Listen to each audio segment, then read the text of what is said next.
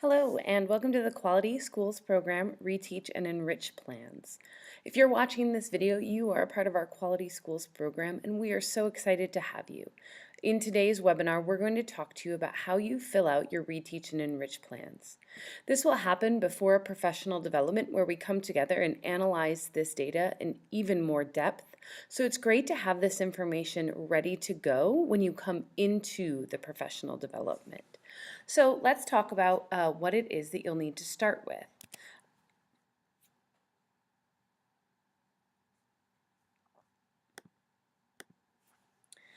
You will be sent over your previously taught standards and mastery form by your trainer. And the first step before we ever even log into Galileo to look at our CBAS data will be to list the standards that you have taught from the last assessment to the current assessment. And so we want to think about if you're doing this after CBAS 1 or in probably around October, then you are going to list all the standards that you have taught for this one grade level and one content area between the two. So let's pick, this is 10 RL, so this is obviously our 10th grade ELA classroom. So I would pick all of the standards in ELA that I had taught, and we don't need to include the writing standards for this analysis because the Galileo assessment is not assessing writing. You would list all the standards that you had taught on a separate line.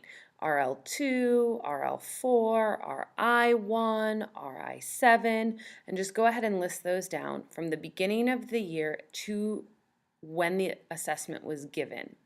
You do not need to include any standards that you had not finished teaching before the assessment. So let's say 2 days before your students took CBAS 1, you had just started a new unit, and in that unit you were hitting RL3 for the first time, so your students only had a day and a half of exposure. You do not need to assess that data yet because you're going to have new data when you're finished teaching that standard that will better show your students' actual mastery.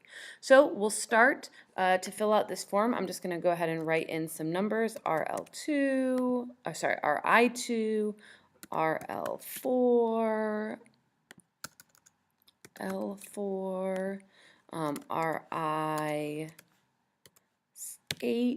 Great. So now I have some of my standards and those are listed. The next thing we need to do is actually log into your, one more point about the standards, sorry, before I move on. This information is typically found in your school pacing guide. This could also be found if your school uses Beyond Textbooks. This would be in your Beyond Textbooks calendar is where you would find that. All right, moving on to mastery and question number.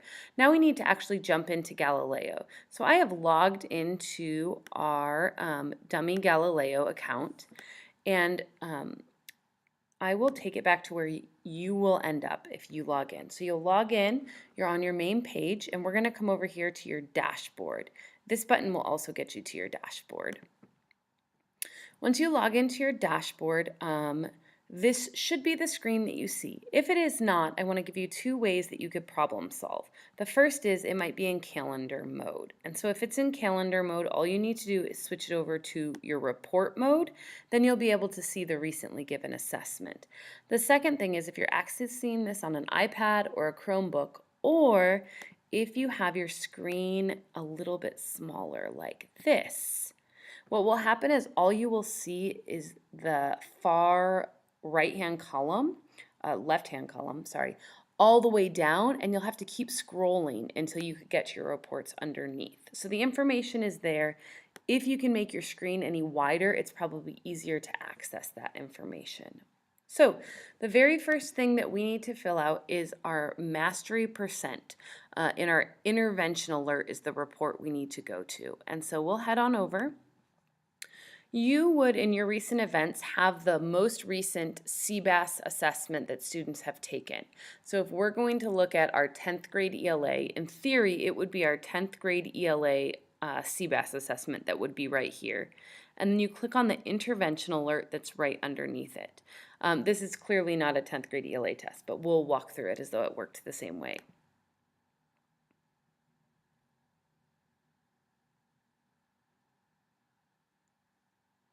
All right, perfect. So for those of you who have been around Galileo for a while, one of the things you'll note is that Galileo did an update in December of 2018, January of 2019, where they changed the way the intervention alert works. And so now you have a green and a yellow and a red marking for students that kind of denotes meets, approaches, and falls below the standard. So an interesting new way to look at it, more colors available in here. So the first thing that I think helps me is I actually minimize my screen a little bit so that I can see everything all at once. Or I can scroll back and forth a little more easily. Because what I'm going to need to see is the standard that's listed over here and the total percent that my students received. So let's pretend that this standard up here is our RL2 standard that we're going to look at. What we would want to know next is the percent mastery, and there are a couple different numbers that might work best for you. So this first column of percent mastery will always be the exact class that you are logged into. So here are a few ways to look at it. If you're a 10th grade ELA teacher and you teach 4 periods of 10th grade ELA, this would only be one class period. Maybe this is your 4th hour and their percent mastery. But if you are the only 10th grade ELA teacher, then this next number would be at your school how all the 10th graders scored.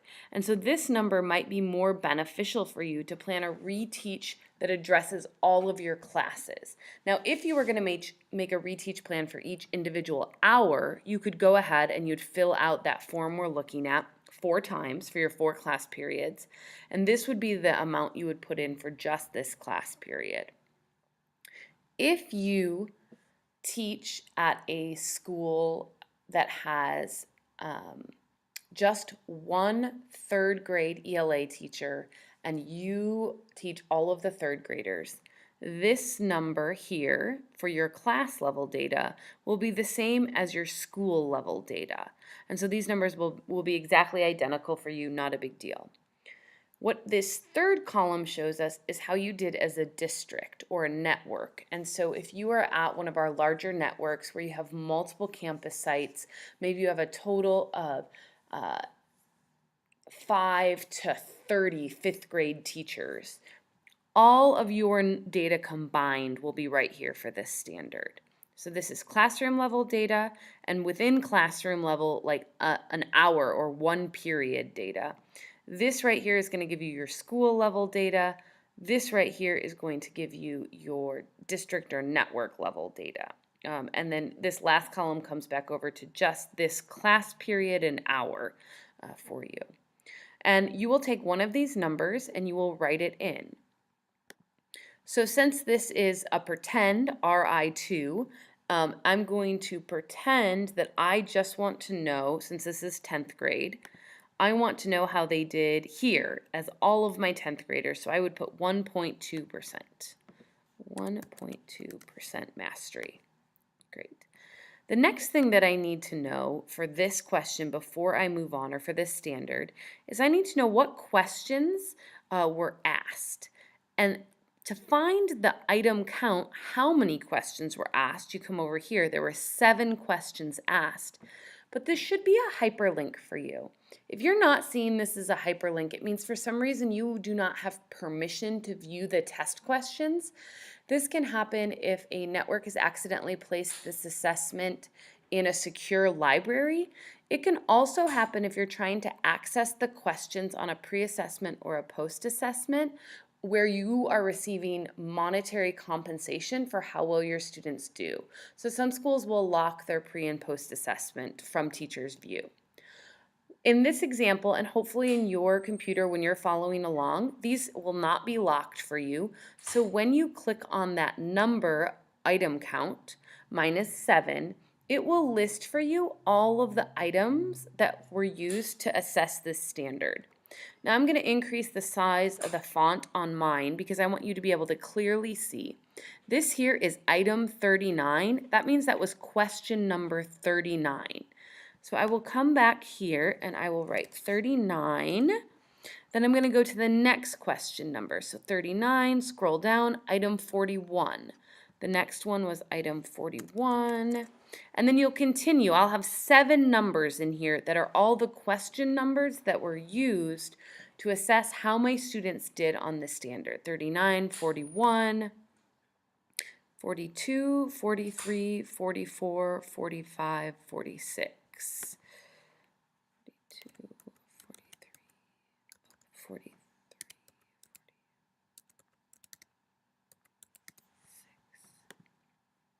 And that's it. Perfect. Now, at this point, my recommendation is that you keep going down the list because you're in the intervention alert for only these 2 columns, so it makes the most sense to fill out these columns all the way down first. Then we'll move over to the detailed analysis report. At this point in time, because the directions are going to get a little more complex, it's probably best that you pause this video and complete these 2 steps before moving on to the question level analysis. All right, let's move on to the question level analysis. So you left your Galileo report and you were in an intervention report at that time. If you just click the back arrow, it's going to take you back to your main dashboard, and from this main dashboard, we will be able to access the detailed analysis. This is, remember, our pretend CBAS test that we are accessing information from, and here was our intervention alert. We're going to go right next to it to the detailed item analysis. This detailed item analysis is a great feature of Galileo, and it really is one of the ones that sets it apart from other assessment systems. On many assessment systems, you cannot see even what test questions students had, let alone what answers they chose. So I'm going to walk you through just this first example, and then we'll get to some of the ones that were related to my pretend standard.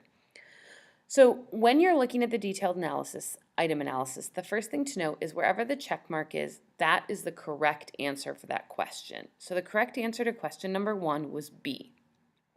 Overall, total, 46.43% of this teacher's students chose answer B. But what is very, very interesting to me is A, 39.27% of her students, his or her students, chose A.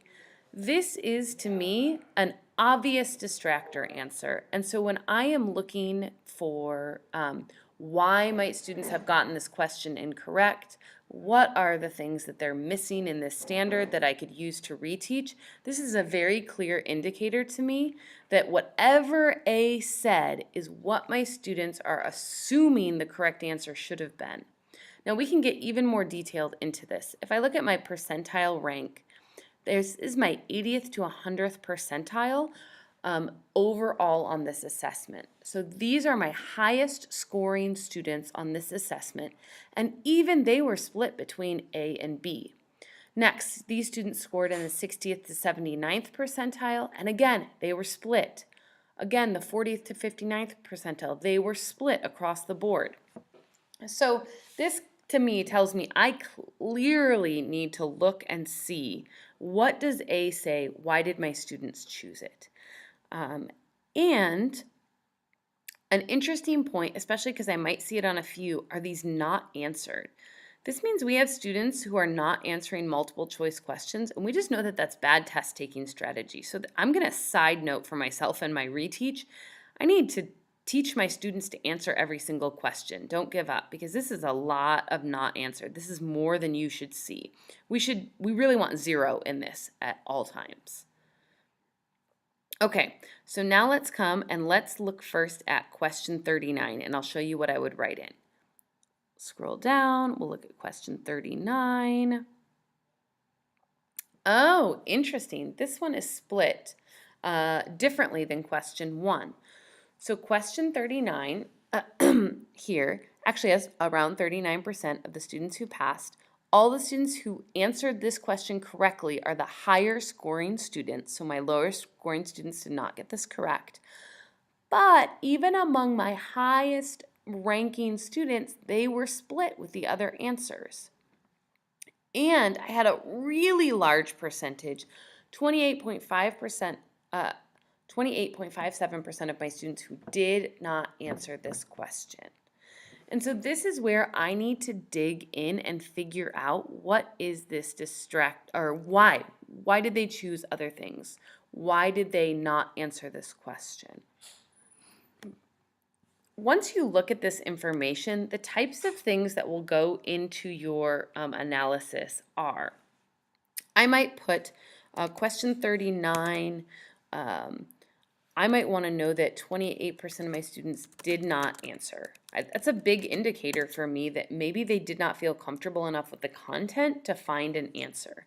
Then let's say that I went back and I looked at question 41 and 80% of my students answered question 41 correctly. That often happens when you're analyzing it. Galileo is going to give you various DOK levels of questions, and some of those simpler questions your students will be able to answer even if they haven't mastered the standard as a whole. Whenever I see a high scoring question, students got that correct for the most part, I want to indicate to myself, do not reteach. I don't need to reteach this topic. Most of my students got it correct. That's not where I'm going to get the most bang for my buck, and it's not where I'm going to spend my time. So I might come down and look at each of these questions individually. I'm just going to make this up on the spot. You would obviously come back, you'd look at question 42. 60% of my students got this correct. And I would continue to indicate this all the way down. This next part, what misconceptions did your students have? This is where you really need to actually get in and look at the test question. You need to read the questions. You need to read the answers. This is especially important for ELA.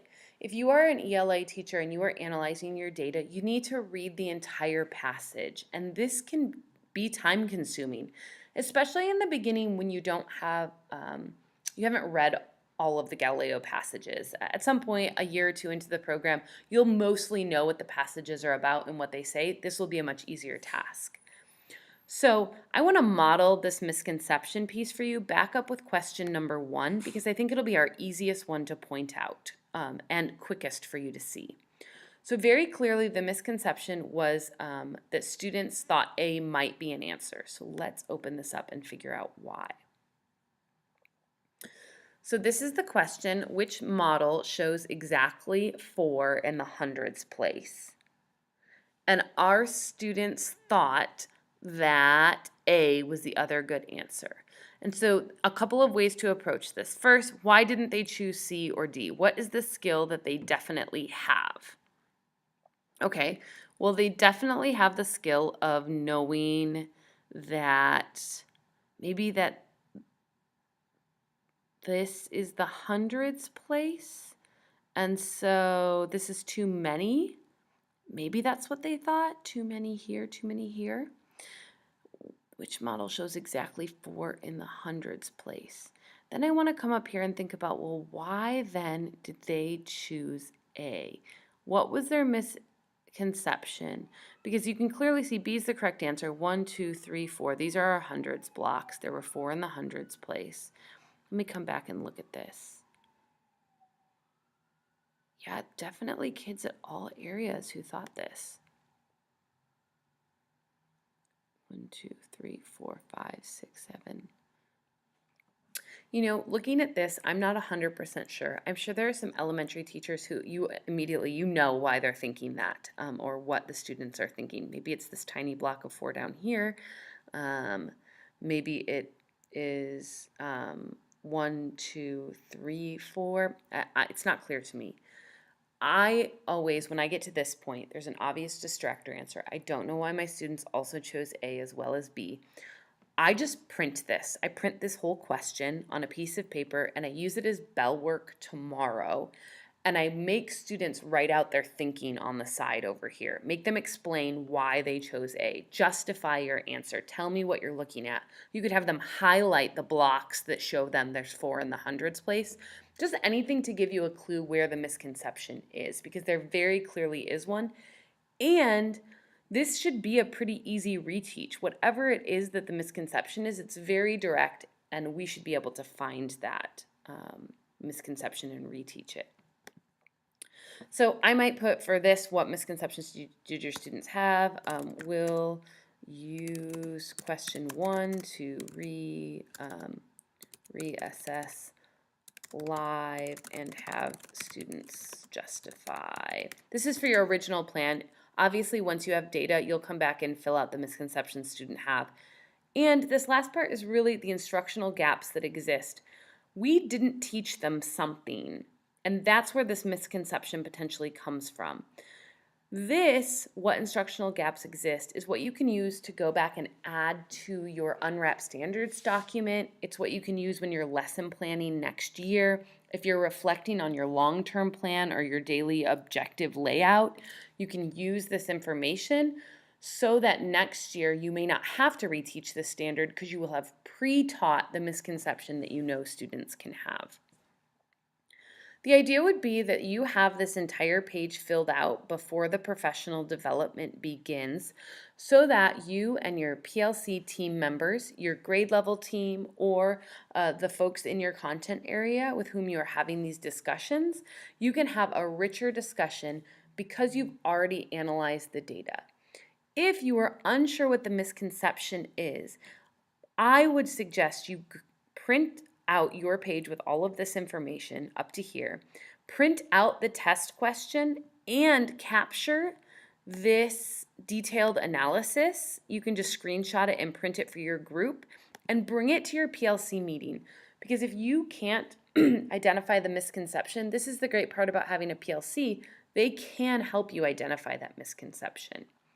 Of course, if you have any questions with this, please feel free to contact your trainer and they can answer any of those questions. It always helps us if you can take a screenshot of what it is you're talking about and include that in your email.